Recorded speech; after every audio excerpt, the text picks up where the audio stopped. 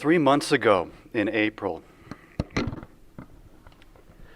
Indian Prime Minister Narendra Modi, while campaigning for re-election, passionately declared to his supporters, "Today, even India's enemies know this is Modi, this is the new India.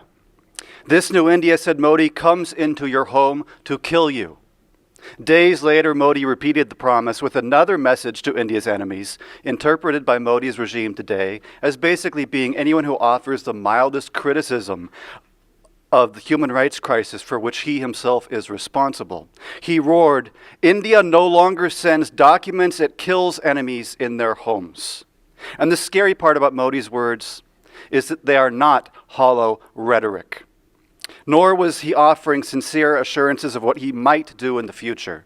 No, Modi was boasting about what he has already done in the very recent past, and certainly what he will try to do again in the near future if no one holds him accountable.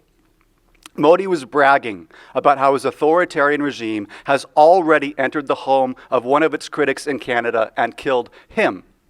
Modi was bragging about how his regime tried to enter the home of one of its critics in the United States to kill him. While running for re-election in India, Modi was issuing a brazen threat to North America about how his new India will eagerly chase down anyone abroad who tries to hold him accountable and gun them down. In June of last year, just 2 days before Modi got the red carpet rolled out for him for an official state visit to the U.S., killers apparently hired by Indian intelligence services assassinated Sikh activist Hardeep Singh Nijjar in Canada. A week after Modi departed the U.S. last year, a man accused of plotting the assassination of American Sikh activist Gurpatwant Singh Panun was arrested. According to evidence uncovered by the Washington Post, that man, who is now facing charges in a New York City court, was operating on direct orders from at least one identified officer with RAW, India's equivalent of the CIA, and was probably authorized to assassinate an American citizen on American soil with direct approval of India's highest level intelligence officials.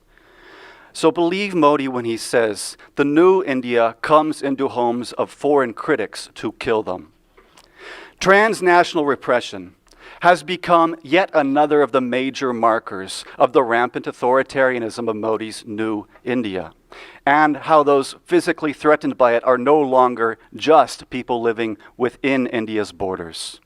According to the U.S. Commission on International Religious Freedom, USCIRF, transnational repression occurs when states use intimidation, harassment, or violence against those living outside their borders. Transnational repression campaigns often target political and human rights activists, journalists like myself, and members of religious and ethnic minority groups. In extreme cases, tactics include detention, reprisals against family members, kidnapping, or, as illustrated by India, assassinations. In the case of India, it's not like we, and when I say we, I mean the entire apparatus of the US government, didn't already know about the warning signs of transnational repression by India long before things crossed over to the point of an attempted assassination. For instance, Vox recently named just a handful of examples that occurred well before that attempted assassination. An American charity leader who spoke out on Indian human rights violations saw his Indian employees arrested en masse. An American journalist who worked on a documentary about India was put on a travel blacklist and deported. An American historian who studies 17th century India received so many death threats that she could no longer speak without security. Even a member of Congress and vocal critic of the Modi regime said she was concerned about being banned from India to visit her parents. As Vox put it, these are actually the more commonly employed subtle forms of harassment which India employs and which fly under the public radar. And I can attest to that. You see, as I've spent years documenting the activities of American entities which are sympathetic to the Modi regime, as well as how fellow American critics of both the Modi regime and its supporters here in America routinely face harassment, a major goal of my work has been to prevent these things from flying under the public radar. As a result of the years that I have spent doing that, I then had the chance to personally experience transnational repression by the Modi regime in one of those subtler ways, which did fly under the public radar until it was exposed by the Washington Post last year. And I can tell you, that personal experience of transnational repression is not fun. While today the conversation has moved to transnational repression, for years I was doing and have been doing investigative journalism about a subtle form of foreign interference by the Modi regime, arguing that evidence shows that multiple members of and candidates for U.S. Congress are intimately associated with groups and individuals who appear to operate primarily as American advocates for Modi's Hindu nationalist agenda. And my reporting did not go unnoticed. In 2021, months after my reportage exposed the Hindutva Hindu nationalist ties of a U.S. congressional candidate, the Indian government itself stepped in to target me with a 1-2 attack. First, a shadowy group called Disinfo Lab published a 100-page dossier on me, exposing details about my family, personal history, accusing me of working for Pakistani intelligence, and so on.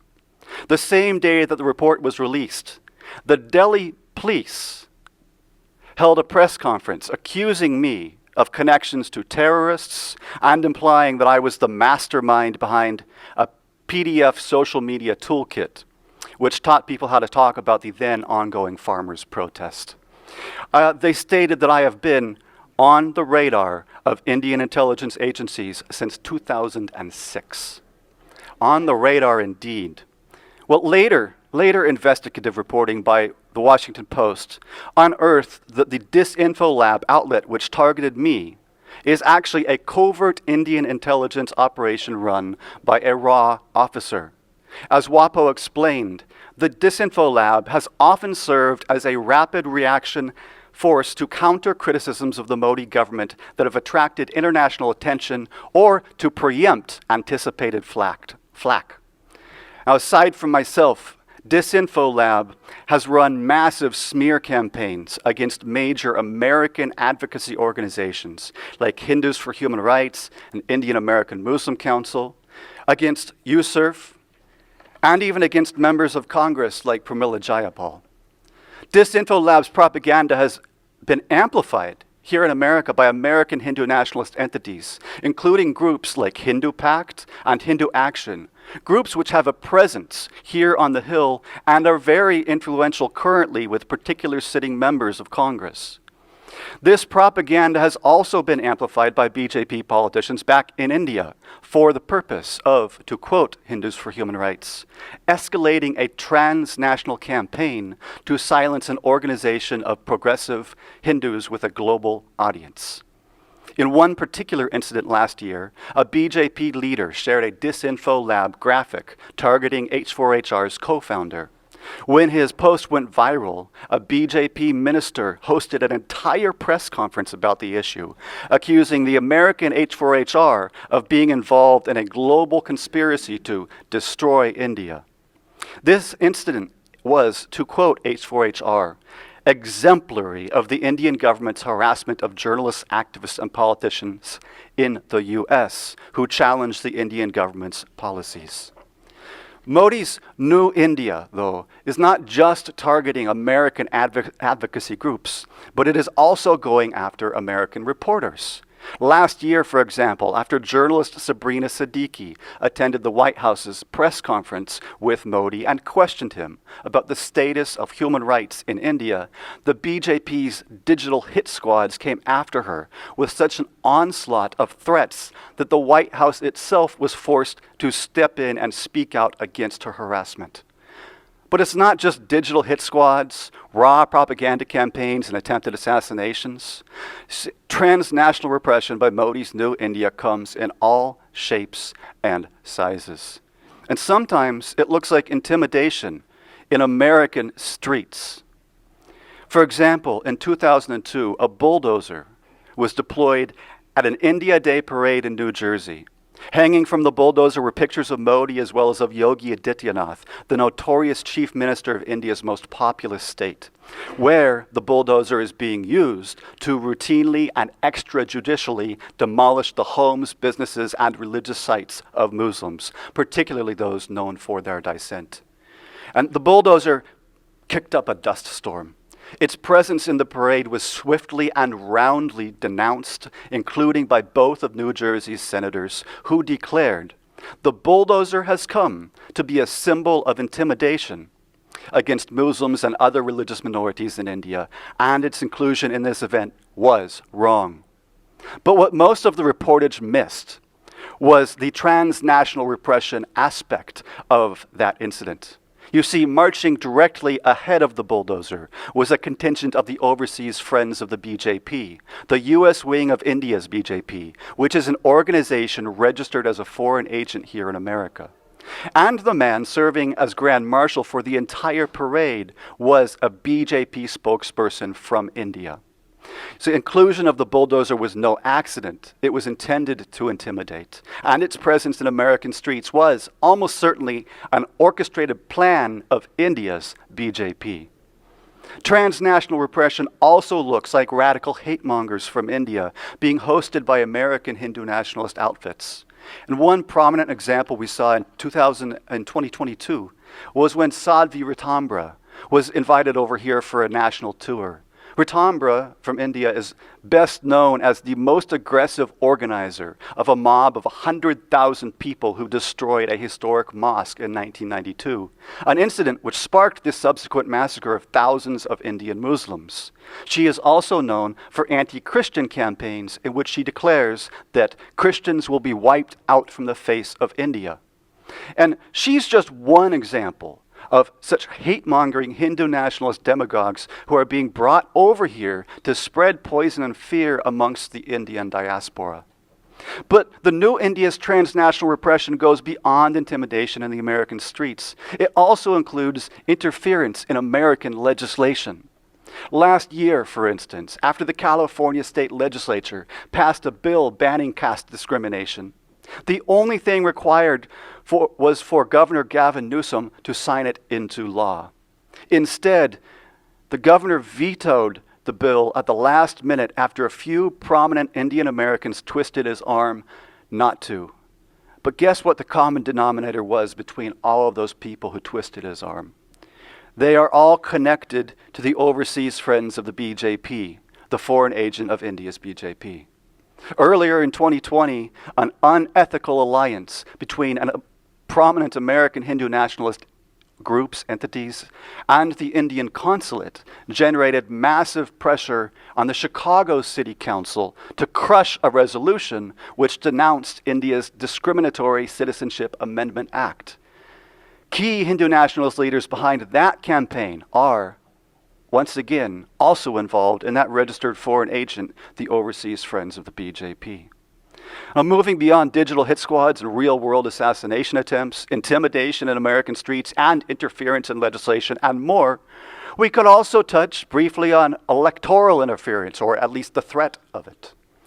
See, during the 2020 U.S. presidential election, another thing that here went under the public radar in America but made headlines in India, during the 2020 presidential election, a BJP spokesperson in India openly threatened on Twitter, now X, to interfere, his words, in the election in response to Senator Bernie Sanders being critical about the human rights situation in India. In 2019, as then President Trump campaigned for re-election, he joined Modi on stage. And as he joined Modi on stage, and we had a sitting president running for re-election, Modi stood next to Trump and declared that Ab ki bar Trump Sarkar, translated to once more the Trump administration, a foreign leader on American soil endorsing a sitting president for re-election. Whatever your opinion is of Trump, that's inappropriate. There's so much more we could talk about. We could talk about how, for instance, the Indian government pressured a library in Connecticut in 2019 to remove a memorial display donated by local Sikhs. Or we could talk about how the Indian consulate worked to block a 2016 resolution by the Fresno, California City Council recognizing the 1984 Sikh genocide, or how the Hindu American Foundation, which is very active here on the Hill, and is widely perceived as a pro-Hindu nationalist outfit, how they so extensively lobbied against a congressional resolution which criticized Modi and Modi's Hindu nationalist violence that one congressional staffer said, Hindu American Foundation are definitely trying to undermine anyone in Washington who is critical of Modi. Yes, the very same Modi who campaigns now, today, with the assurance that the new India comes into the homes of his critics living abroad in order to kill them. So throughout all of these varied forms of transnational repression we're facing here in America, one of the worst outcomes is the chilling effect which it creates. And to quote John Sifton of Human Rights Watch, Indian Americans who are against the BJP or who oppose the BJP have been intimidated and as a result routinely engage in self-censorship. There are prominent Indian American intellectuals, writers, and celebrities who simply will not speak out against Modi because they are afraid that by doing so they will subject themselves to a torrent of online abuse and even death threats. Something which I have personally witnessed even among citizens, end quote. Even among citizens, U.S. citizens. I can personally attest to the truth of that. Having heard over years from Indian Americans of all backgrounds how they do despise the direction that Modi has taken India, but they are hesitant to say anything out of fear of the backlash they might face. And yes, that fear is present among Indian Americans who hold U.S. citizenship and who therefore ought to have no fear whatsoever of freely exercising their First Amendment rights without any repercussions. And so what is to be done? Well, to quote USERV Commissioner David Curry, within its own borders, Indian authorities have repeatedly used draconian legislation like the Unlawful Activities Prevention Act and anti-conversion laws to systematically crack down on religious minorities, journalists, and activists, extending this repression to target religious minorities from India living abroad, including intimidation tactics against journalists, is especially dangerous and cannot be ignored. Well, it's not being ignored in some circles. Last month, for instance, a coalition of U.S. senators led by Jeff Merkley warned that the Biden administration must react to this most egregious example of transnational repression, the plotted assassination of an American citizen on American soil, with much more than hollow rhetoric. The administration, they say, must match words with actions to hold Indian officials accountable and to send a clear message that there will be consequences for such behavior, they said. And they warned of India's increasingly irresponsible efforts to silence critics of its government among its diaspora around the world. They declared the U.S. must be firm and resolute in opposing transnational repression, no matter the perpetrator. No matter the perpetrator. No matter the trade deals or the arms deals, or the supposed shared values, or the geopolitical ambitions. No matter what vision the U.S. has for our relationship with India. If India puts out a hit on one of our citizens, that is not just cause for pause. No, that is cause for completely reevaluating the relationship from the ground up. And that is particularly the case considering that many months after Modi's regime was accused of plotting the assassination of an American critic, many months after he was accused of that plotted assassination, Modi went on the campaign trail to brag about how the new India comes into the homes of foreign critics to kill them. And so what should members of the U.S. Congress be doing in response to all of this? It's a very simple three things. First, co-sponsor existing legislation to combat transnational repression, specifically the Transnational Repression Policy Act. Second, take further action by speaking on the floor both in support of the Transnational Repression Policy Act, as well as against India's New India approach of engaging in transnational repression against Americans. Third, consider going further by introducing a resolution specifically censuring India for daring to engage in these sorts of activities. Oh, and I almost forgot the fourth thing that U.S. Congress can do. Remember that when Modi says his new India comes into the homes of his foreign critics to kill them, he means it. Thank you.